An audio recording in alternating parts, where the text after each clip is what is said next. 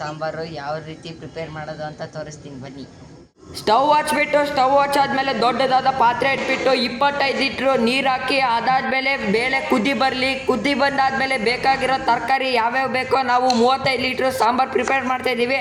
ಅದಕ್ಕೆ ನಾವು ಯಾವ್ಯಾವ ತರಕಾರಿ ಬೇಕೋ ಅವನ್ನೆಲ್ಲ ಹೆಚ್ಕೊಂಡು ಅದಾದಮೇಲೆ ಬೇಳೆ ಕುದಿ ಬರ್ತಾಯಿದೆ, ಅದಕ್ಕೆ ನಾವು ಬೇಕಾಗಿರೋಂಥ ತರಕಾರಿ ಹೆಚ್ಕೊಂಡಿದ್ವಲ್ಲ ಅವನ್ನೆಲ್ಲ ತರಕಾರಿ ಹಾಕೊಂಡ್ವಿ. ಅದು ಹಾಕೊಂಡಾದ್ಮೇಲೆ ನಾವು ಶುಂಠಿ ಬೆಳ್ಳುಳ್ಳಿ ಮತ್ತು ಕಾಯಿ ಹಾಕೊಂಡು ರುಬ್ಕೊಂಡಿರೋ ಪೇಸ್ಟನ್ನು, ಅದಾದಮೇಲೆ ಹುಣ್ಸೆಹಣ್ಣು ರಸ ಮಾಡಿದ್ವಲ್ಲ ಹುಣ್ಸೆಹಣ್ಣು ರಸಕ್ಕೆ ಖಾರದ ಪುಡಿ ಮತ್ತು ಅಥವಾ ಮನೇಲಿ ಬೇಕಾಗಿದ್ದ ಸಾಂಬಾರು ಪುಡಿ ಹಾಕೊಂಡ್ಬಿಟ್ಟು ರುಚಿಗೆ ತಕ್ಕಷ್ಟು ಉಪ್ಪಾಗಿ ಅದಾದಮೇಲೆ ಗರಂ ಮಸಾಲ ಹಾಕಿ, ಗರಂ ಮಸಾಲ ಹಾಕಿದ್ಮೇಲೆ ನೀವು ಸಾಂಬಾರು ಇದು ಪ್ರಿಪೇರ್ ಆಗ್ತಾಯಿದೆಯಲ್ಲ ಅದಕ್ಕೆ ಕುದಿ ಬಂದಾದಮೇಲೆ ಸ್ವಲ್ಪ ಕೈ ಆಡಿಸ್ಬಿಡಿ.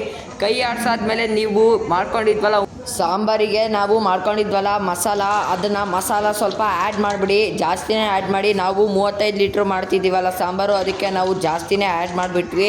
ಅದಾದಮೇಲೆ ಹಸಿಮೆಣ್ಸಿನ್ಕಾಯಿ, ಈರುಳ್ಳಿ ಮತ್ತು ಕಾಯಿ ತುರಿನ ಒಗ್ಗರಣೆ ಕೊಟ್ಕೊಂಡಾದ್ಮೇಲೆ ಸಾಂಬಾರಿಗೆ ಆ್ಯಡ್ ಮಾಡಿ ಅದನ್ನು ಕೂಡ. ಅದಾದಮೇಲೆ ಸಾಂಬಾರಿಗೆ ನೋಡಿ ಯಾವ ರೀತಿ ಬರ್ತಾಯಿದೆ ಸಾಂಬಾರು, ಮಾತ್ರ ಊಟಕ್ಕೆ ಮಸ್ತ್ ಟೇಸ್ಟ್ ಗುರು. ಈ ವಿಡಿಯೋ ಇಷ್ಟ ಆದರೆ ಲೈಕ್ ಮಾಡಿ, ಶೇರ್ ಮಾಡಿ, ಸಬ್ಸ್ಕ್ರೈಬ್ ಮಾಡಿ. ಹಿಂಗೆ ಟೇಸ್ಟ್ ಆಫ್ ದಾವಣಗೆರೆ ಸಪೋರ್ಟ್ ಮಾಡಿ.